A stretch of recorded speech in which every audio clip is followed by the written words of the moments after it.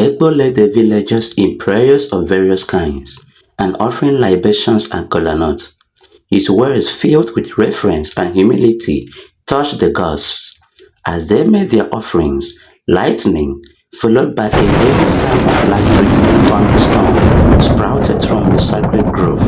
Everyone shivered and fell on the ground except Ekpo.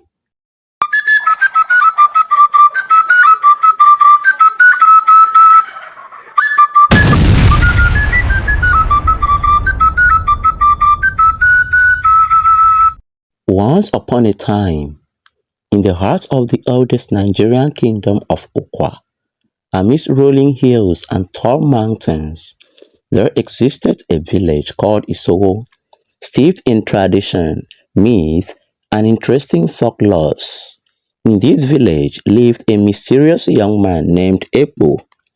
His head was shorn of hair, leaving him with a bald pate that caught the harsh glint of the sun and seemed to emphasize his solitude among the villagers.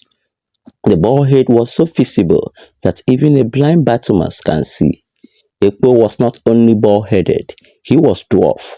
The word set him apart as object of ridicule, mockery, caricature, and a figure of quiet awe lay beneath the surface, hidden from judgmental eyes.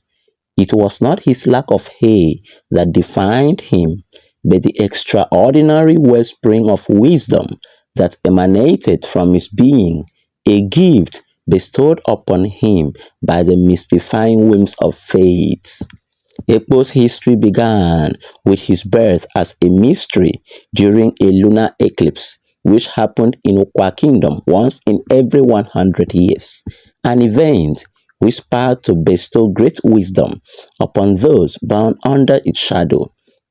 Surprisingly, during this eclipse, Ekpo was the only child that was born in the entire kingdom, a rare occurrence. From a young age, Ekpo displayed a keen intellect and a deep understanding of the world around him. His parents, humble farmers, marveled at his ability to solve problems and offer wise counsel beyond his years and peers. As Ekpo blossomed into young adult, his reputation spread throughout the village. People sought his advice on matters ranging from disputes between neighbors to strategies for crop cultivation.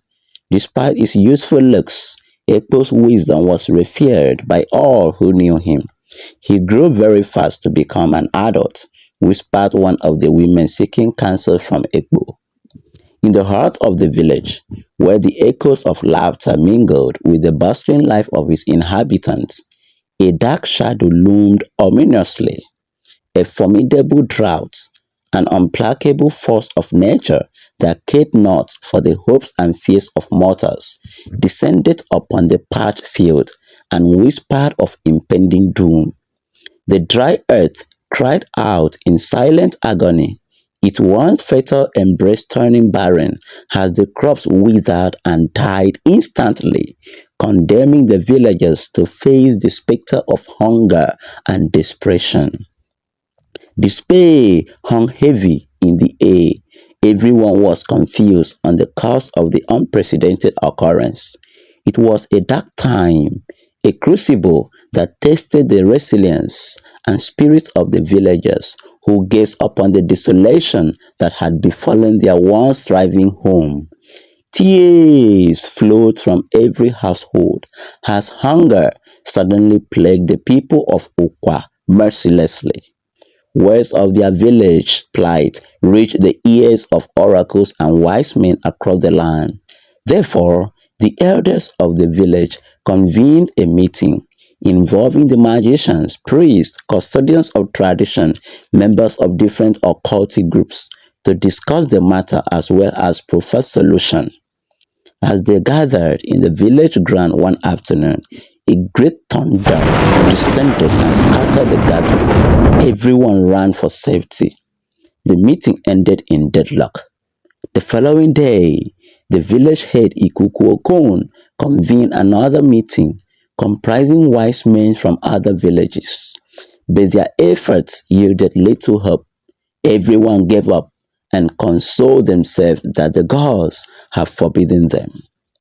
It was then that Ekpo, who accompanied his father to the meeting, to the surprise of everyone, stepped forward, his bald head shining in the sunlight like a bottle of locally made Nigerian dry gin.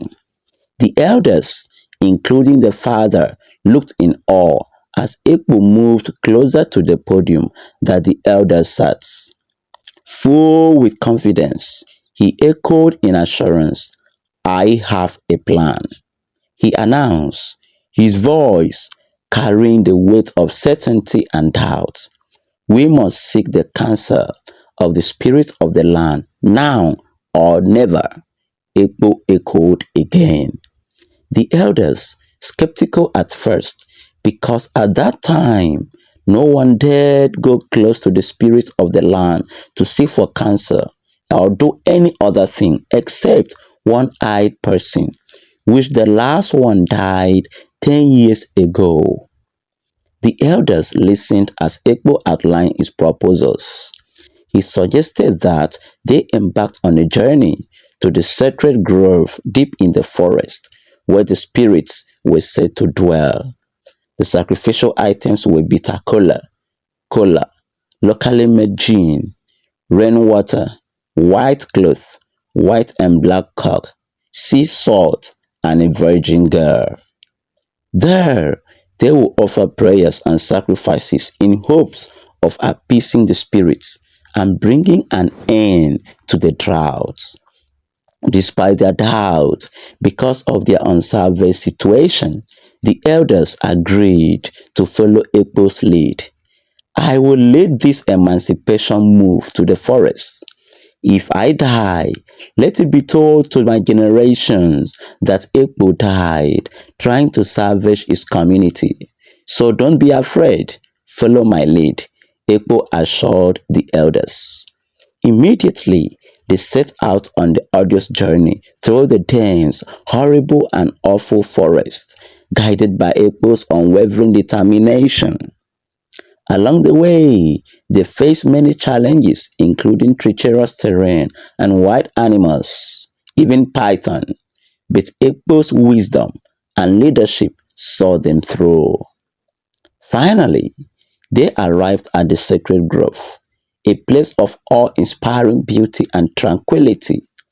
The only voices that were heard were the sound of the spirit birds communicating other spirits about the intrusion of Ekpo and the elders to the forest. Unprecedented fears engulfed the elders, as none of them has been to the sacred grove before. Ekpo led the villagers in prayers of various kinds and offering libations and kola nuts. His words filled with reverence and humility touched the gods. As they made their offerings, lightning, followed by a heavy sound of life-threatening thunderstorm, sprouted from the sacred grove. Everyone shivered and fell on the ground except Ekpo. This was the sign of acceptance of the sacrifice by the gods. Immediately, the sound subsided. A gentle rain began to fall, washing away the dust of the drought and nourishing the thirsty earth who has been thirsty for some years. The villagers rejoiced, their faith renewed by the miraculous rainfall. They returned to the village with hearts full of gratitude for Ekpo and his unmatched wisdom, who helped provide solutions to their life-threatening problem. From that day forward, Ekpo was revered as a hero. Bald-head was no longer seen as a sign of misfortune, ridicule, and rejection. Instead, a symbol of ancient and matchless wisdom and strength given to special people by the gods. So, the legend of Ekpo, the young bald-headed boy whose wisdom was matchless, lived on in the heart and minds of the villagers for generations to come, inspiring them to seek wisdom, guidance, and advice in times of need, and also not to despise anyone because the gods are wiser than men.